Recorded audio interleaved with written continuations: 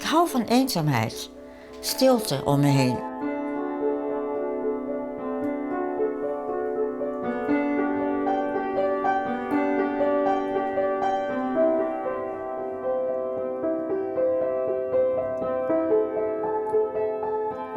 Ik heb zoveel hobby's dat ik eigenlijk niet aan mensen toekom. Ik slaap gemiddeld 3 uur per nacht. 3 uur. Ja. Hoe laat gaat u naar bed? Nou, 1 uur, zo. En dan denk ik, nou ben ik zo moe, nou ga ik slapen. Maar dan slaap ik zo ontzettend vast. Ben ik 4 uur helemaal wakker. En dan ga ik eruit en dan ga ik weer werken. En wat doet u dan? Nou, beeldhouden, lezen, film kijken, piano spelen, muziek luisteren, schilderen. Ja.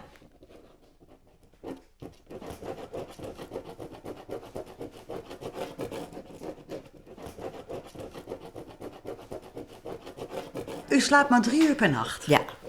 En dat is genoeg? Ja, voor mij wel. Hoe minder ik slaap, hoe beter. Want als ik veel slaap, dan word ik een duf konijn. En u heeft inmiddels ook al een redelijke leeftijd behaald. 76, ja. Maar daar weet ik niks van, hoor.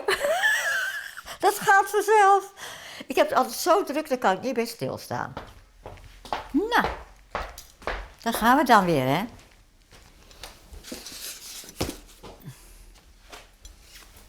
En krijgt u zoveel opdrachten om astrologie te maken? Ja, ik heb er duizenden gehad. Duizenden mensen al. Ik kan ze niet optellen, zoveel. Ik heb mijn hele leven astrologie gedaan vanaf mijn 22e. 2 uur per dag gestudeerd. Ik ben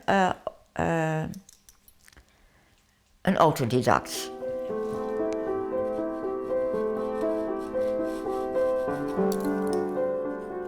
Ik ben in Leeuwarden gekomen na een omzwerven van 38 keer verhuizen.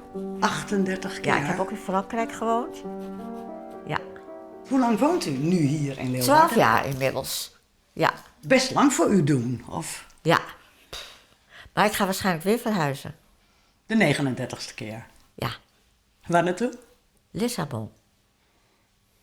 Dan ga ik mijn oude dag uitzitten. Nu heeft u een Friese achternaam. Bent u Fries van oorsprong? Mijn vader is een Fries. Mijn moeder is een Groningse. Maar mijn vader heeft nooit 1 woord Fries gesproken met ons. Nooit. Want versteer je ook Fries? Ja, ik versta het wel.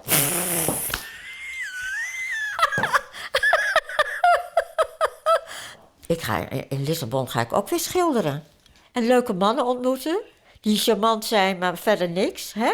Ze mogen geen bed meer met me delen, want dan zeg ik, nee, daar ben ik te oud voor. Je mag wel een likeurtje geven en zo. Dat vind ik prima. En een lekker etentje. Maar ik moet wel zeggen, ik heb ook af en toe jonge mannen die achter me aan zitten. Waardeloos. Heeft u niks aan? Nou, ze hebben zo weinig inhoud. Sorry dat ik het zeg. Ze zijn misschien wel goed in bed, maar verder ook niks. Maar ik wil een man met inhoud. Kijk, ik zeg, ik kan met iedereen seks bedrijven. Maar niet iedereen heeft inhoud. C'est fini.